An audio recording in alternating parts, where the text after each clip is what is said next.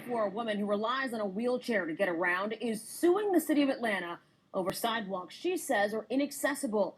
I talked to her in a very busy part of downtown where she told me all she wants is for things to be equal. I'm paralyzed, like this is all I have.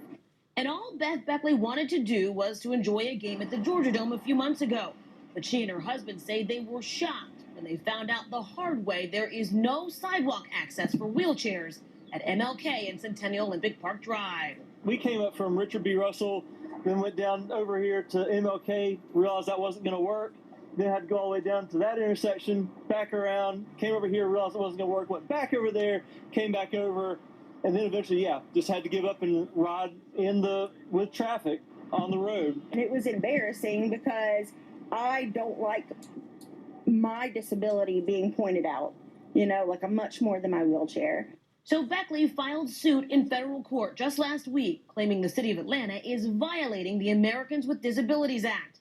And she says this suit is about much more than just her. I don't want anybody else in my shoes to go through that as well, because it was traumatizing for me. It was, it really hurt my heart and my feelings. This is a high traffic area, and, we're not out in the middle of nowhere.